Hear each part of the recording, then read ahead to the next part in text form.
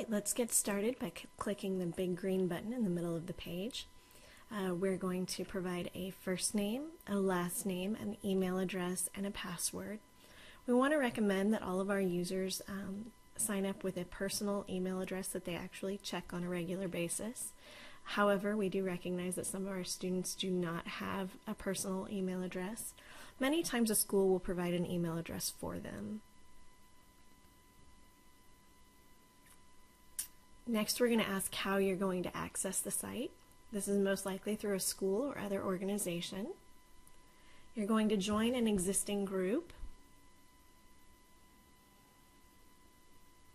And from there, you're going to select the school that you're a part of. You can either type that in at the top or scroll through to find your school. This is usually going to be your school district, not your school building. A student is going to sign up as a student. You as a teacher will sign up as a teacher.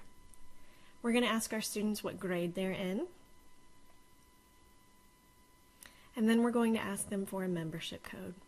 This membership code will be good for one calendar year, and so they'll only have to put this in once a year. Next, we're going to ask all of our users to sign up for an email campaign. They don't have to, but we recommend it. These are great information for our students, but also for parents and teachers. Finally, our privacy policy in terms of use just goes over that we do not share information with any outside parties. The only people who are allowed to see student information are approved teachers, parents, guardians, anybody that's been approved through the school district so that we maintain confidentiality. Once the student has logged into the site, we're going to want them to go to the career matching quiz. Our quiz is 13 questions. It's very short. We're going to ask things like, do you like something? Are you willing to consider jobs that require this skill regularly? And how important is this factor in your job choice? Because we are not doing a personality typing inventory, everything that we're doing is based on survey data from professionals in these fields. We're able to make the quiz very short and very targeted and very accurate. So from there, now every single career in our database, that's 1,300 careers, has in the bottom right-hand corner a match percentage that says this is in your top 1%, this is in your top 5%. And that's something that we'll want users to get into a little bit later. If they come back to the site later, they're just going to sign up at the top of the page with their email address and password and log in. And next, I think we're going to talk about our research center. As you can see, we have filters at the top. This toggle turns on all jobs rather than just the Bright Outlook jobs. So now you can see that Bright Outlook jobs have that green flag in the upper right-hand corner. These jobs are either new and emerging, have numerous job openings, or have otherwise been designated as Bright Outlook. There's a search feature, and then from there we can get into our filters. You can filter out jobs based on salary, either eliminating jobs with a high salary or a low salary. You can filter out jobs based on education level. You can filter out jobs based on career cluster if you already know what you're looking for, or rather what you're not looking for. And you can filter out jobs based on skills and activities, whether that's working outdoors or working with children or working with animals. And so that'll help our users narrow down the options that they see in the Research Center. So rather than seeing 1,300 careers, they'll see the ones that only match the criteria that they've specified.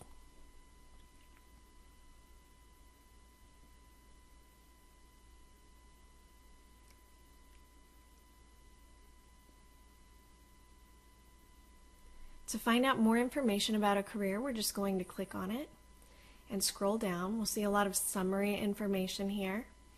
We can assign a star rating to careers we think we're definitely interested in. See some basic information. This chart here in the middle says why this career is a match and things to consider.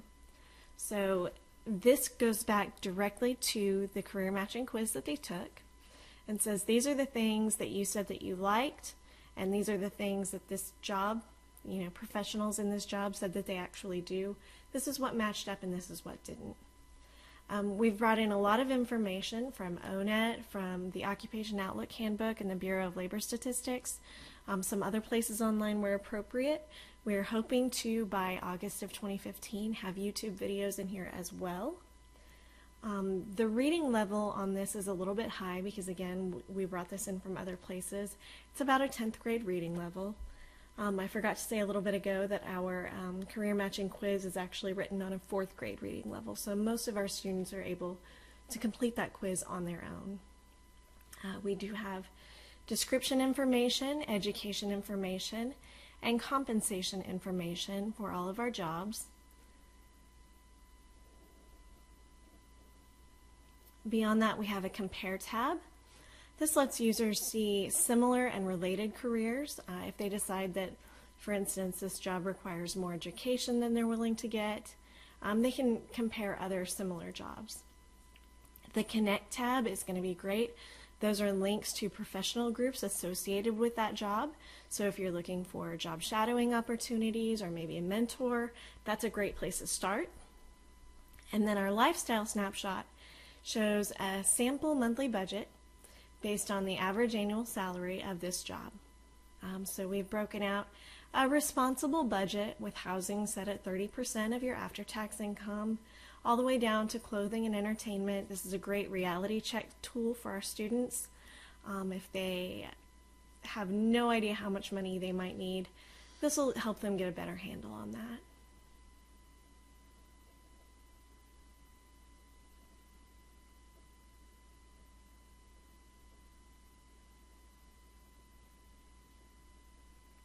So again, we have teachers who are using the filters and students who are using the filters in a number of different ways. For some of our higher functioning students, you might want to rule out jobs that require lower levels of education.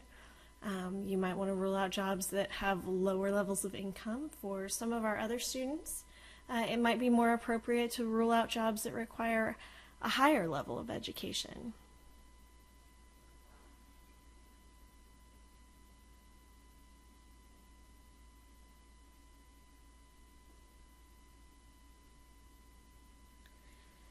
So as you can see, using those filters will provide you with a very different list of careers with things that you might not be interested in filtered out so you don't have to see them at all.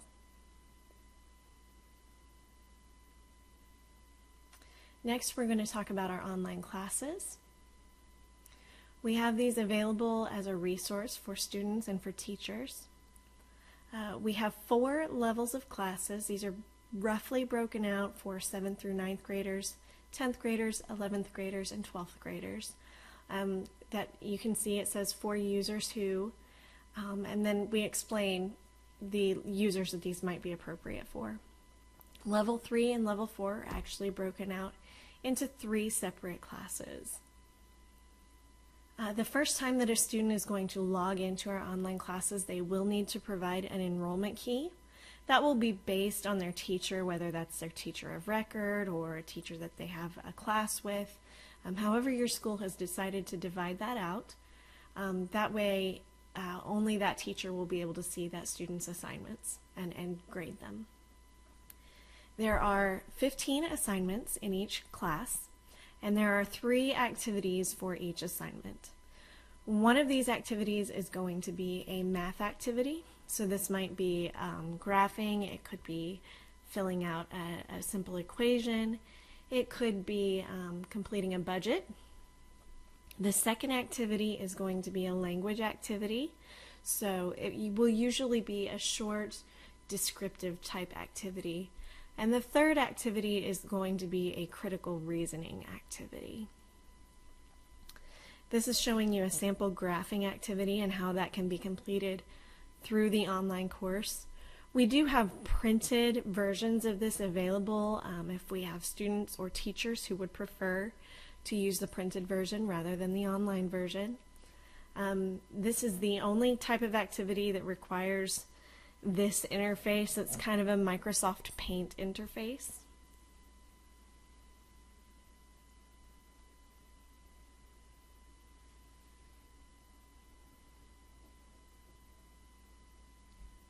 As you can see, the student is going to type in whatever information they want. They can select the type of font that they want to use, and then just click the space on the page where they want to put that text after they've typed it.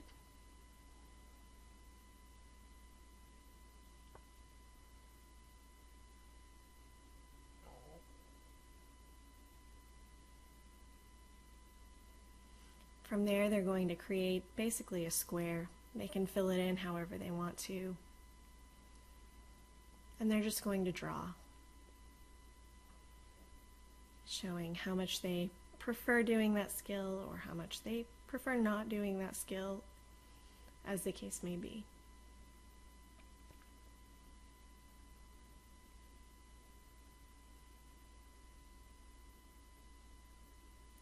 So we like to tie our activities together. So if, for example, our first activity in an assignment is create a sample budget based on the amount of money that you think you're going to need when you graduate from high school. The second activity might be something along the lines of describe your ideal life. What kind of house do you want to live in? What kind of car do you want to drive? And then the third activity, that critical reasoning activity, might be something to tie the two of those together, like, okay, compare the budget that you've created with the lifestyle that you've described. Will this amount of money provide the kind of lifestyle that you're describing here? This might require the users to do some research to find those answers. We do have some teachers who choose to use these activities more as guided discussion points. We think that's great. For students who do not express themselves well in a written format, we have teachers who opt to allow their students to present their answers in a video format if that works better for them.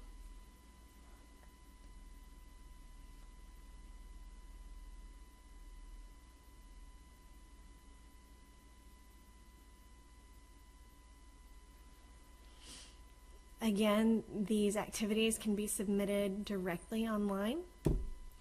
All they have to do is type into this box. They can either type directly in it or they can copy and paste from another application if they've written it somewhere else.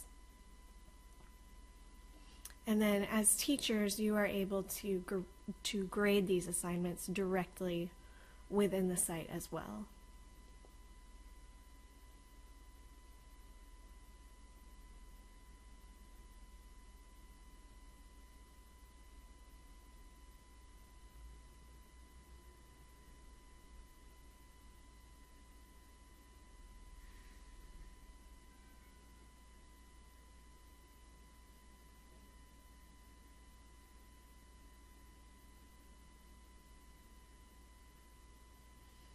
There are a number of different ways that you might use this information and use these online classes. Again, we want to stress that these are not required. You might use them as bell ringers. You might pull them out occasionally to replace other activities that you were already planning in your classes. You may not use them at all.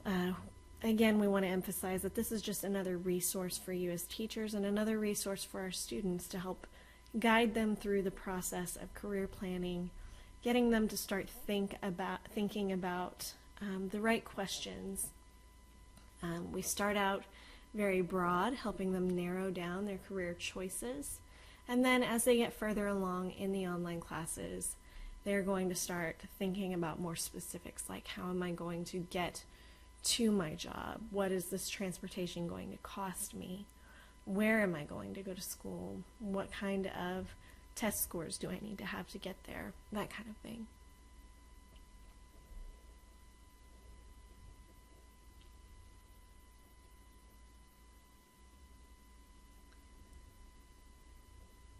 We have a lot of features on here that we're not going to have time to go over today, including our budget builder and our resume writer. The next thing that we're going to talk about is our career plan. Our career plan is written on a 6th grade reading level, so again, most of our students can complete this on their own. It is a series of short answer and multiple choice questions.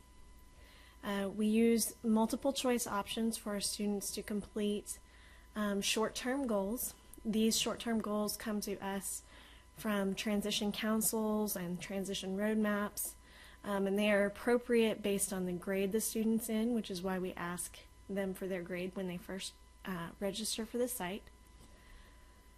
And we're walking them through the process of crafting long-term goals, short-term goals, and critical next steps for their education, employment, and lifestyle. And as you can see, we set actual due dates for each of those next steps. So if you're a special education teacher, this will actually correlate with your post-secondary goal, your annual transition goal, and your coordinated activities. As you can see from there, we've actually crafted a plan, a complete career plan, and most of these goals and next steps are able to be copied and pasted directly over to the transition pages of your IEP. So essentially, students are writing their own transition plan. This is a great self-determination activity.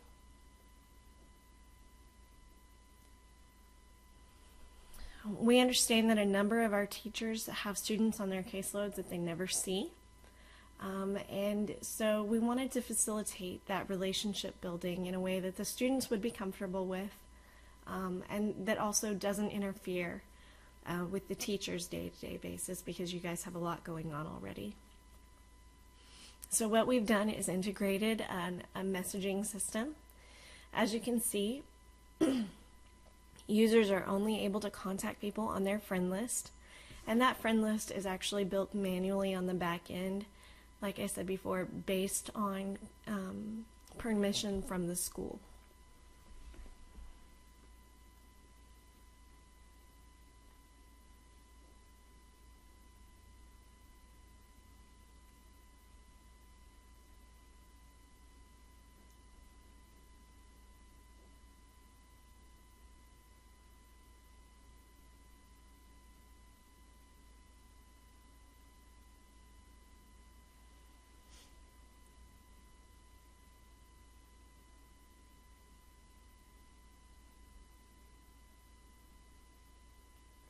We do also offer career coaching.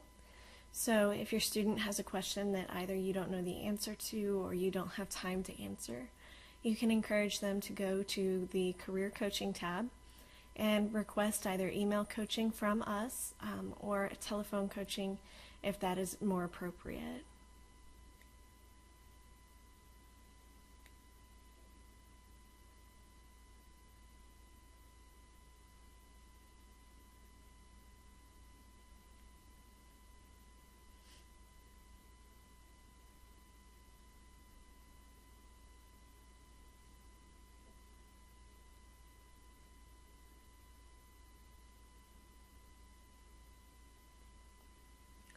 The next thing I want to talk briefly about is our online support.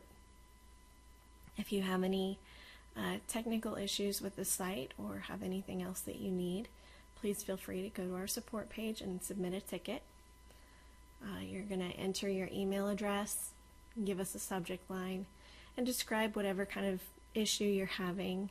This can be a technical issue with the site, or if you need to be linked with a student that you're not already linked with, you can submit that through here. This is how parents, when they sign up, the first thing that you're going to want to encourage your parents to go do is go to the support page and submit a ticket so that they can be linked with their student. This is something, again, like I said, that because of confidentiality, we have to do manually on the back end. And so once I've received a request to link a parent to a student, I will get in touch with the school and make sure that it is okay to link those users together and then make those links. So it could take a week or two depending on the school.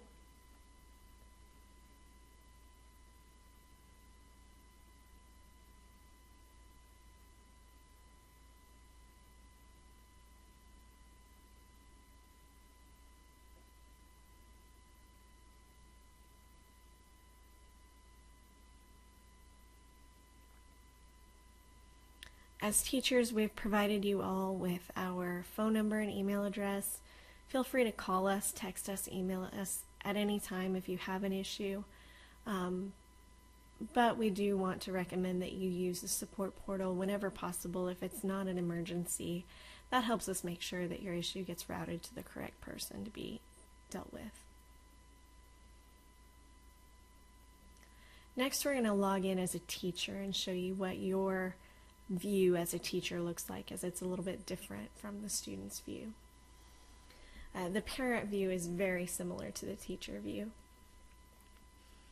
So at the top of your navigation bar, you're going to see My Students. And from here you can see all of the students that you have assigned to you. You can view their profile. You can view a completed career plan. You can view the results from their quiz.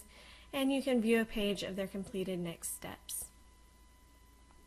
This carousel in the upper right shows all of the careers that student has favorited. So even if they haven't completed a career plan, you can see kind of what they're looking at. We do show their career plan here, and we show their to-do list. The to-do list is all of the next step items from their career plan. The student view of that to-do list actually allows them to add additional to-do items whenever they complete some. And they have the ability to mark items as complete.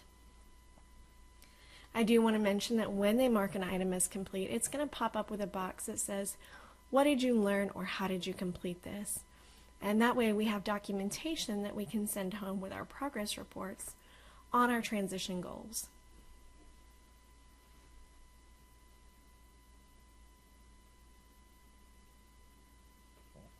So a great way to use this is to see the to-do list items that your student has, whatever is coming up next, and then you can go to the messaging center and just send them a message encouraging them on that. Also, that timeline that you see at the bottom, if you click on Students Timeline, that second item on the navigation bar, that will take you to a timeline showing all of your students that are assigned to you instead of just the one. And at the top of that page, you'll be able to sign up for either a daily or a weekly email digest. So that way you don't even have to actually log into the site to get updates on what your students have coming up tomorrow or this week. That just makes it easier for you to build those relationships and make sure that your students are following through on completing those transition goals.